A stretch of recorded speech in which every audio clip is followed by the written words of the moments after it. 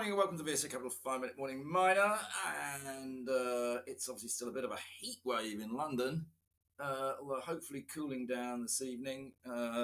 So I'll return to London today, just for a few days. Now that it's cooled down a bit. Morning, Paul. How are you? I'm very well, thanks. How are you?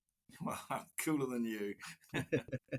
Anyway, look, it's all a little bit itsy bitsy today. Also, of course, July the 4th on Friday is Independence Day in the States, so the US will be quiet all week, which tends to leave us a little bit adrift. And But let's do it. Sorry? And Canada's market is closed today for Canada Day. Oh, there you go. You know all these things. You're an American, Paul. You get this. What are you doing for Independence Day? We're actually having some picnics. So, yeah. Very nice. Let's hope that actually. What, on the Friday? Huh? Not on the Yeah. Friday. It's The VSA summer party. Yes.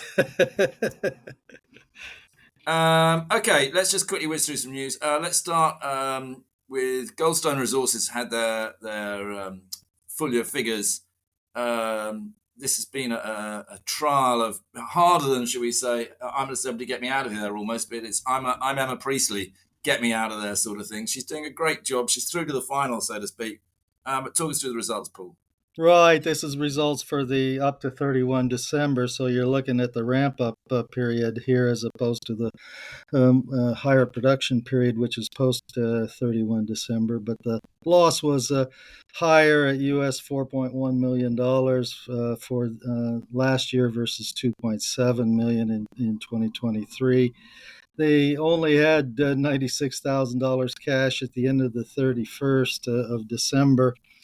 But from post-period end for this current 6-month period, and we'll see the financial results of that from the Homasi mine as they're in production here, have produced 1,847 ounces, troy ounces of gold from Homasi for this particular period. So it's this current 6-month period where we see just whether they can get this thing scaled such that they can make money doing it.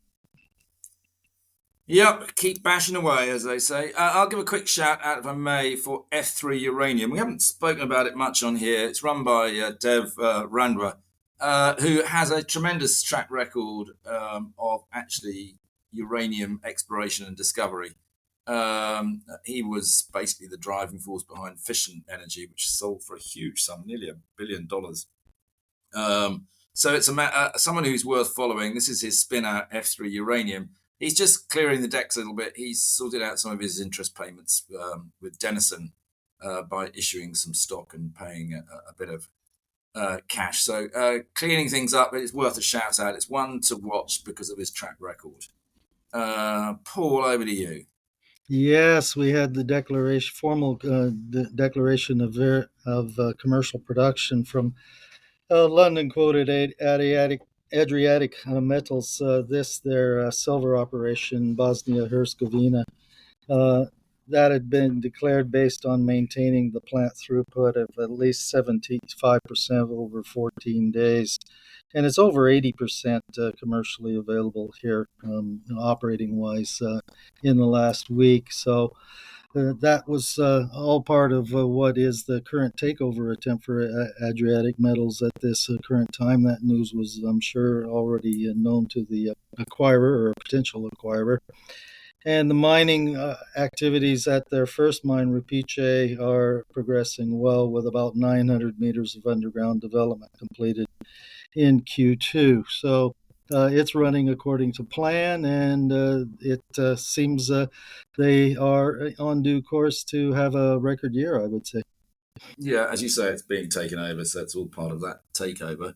Whilst we're talking of takeovers, Paul, I wasn't on the podcast yesterday, but obviously CAML's got this sort of counter bid. I don't know what's going on here. You probably talked about it yesterday, and sorry I didn't listen. But how's that all going to end up, Paul? Well, yeah, it seems to be a bid counter bid. The counter player appears to be a private equity group that is essentially keen to get a hold of that Arizona copper deposit that CAML would like to have by TSX listed New World Resources. And The question is, as I had said then, I really would like to see just what the upside is on this particular deposit that keeps CAML so interested in paying up for it at this particular point in time, and that hasn't been disclosed to the outside general public yet at this stage. Yeah, it's quite an interesting situation. I'll tell you something else that just caught my eye, Paul, that maybe you could explain slightly. But I see the Indian government have I don't quite get this, restricted imports, or even curbed them, I think, on palladium, rhodium, and iridium alloys containing more than 1% gold. What was that all about? Yeah, what that is specifically it has been a circumstance that plays for the particular Indian market for some years now.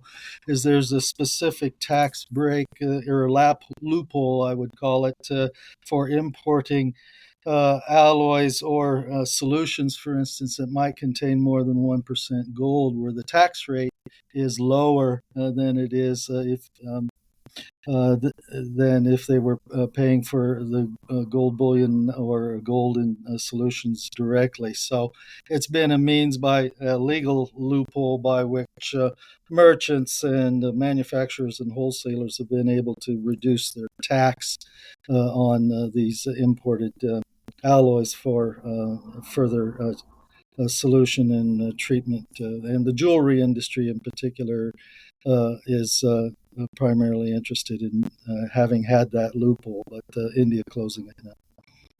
Intriguing one. All right, I think that's enough, Paul, for today. We'll be back tomorrow. Thanks. Very good. See you then.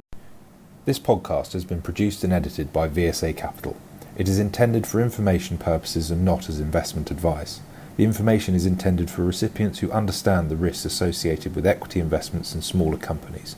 Please do your own research and do not rely on a single source when making an investment decision. VSA Capital may derive fees from this content and seeks to do business with the companies mentioned.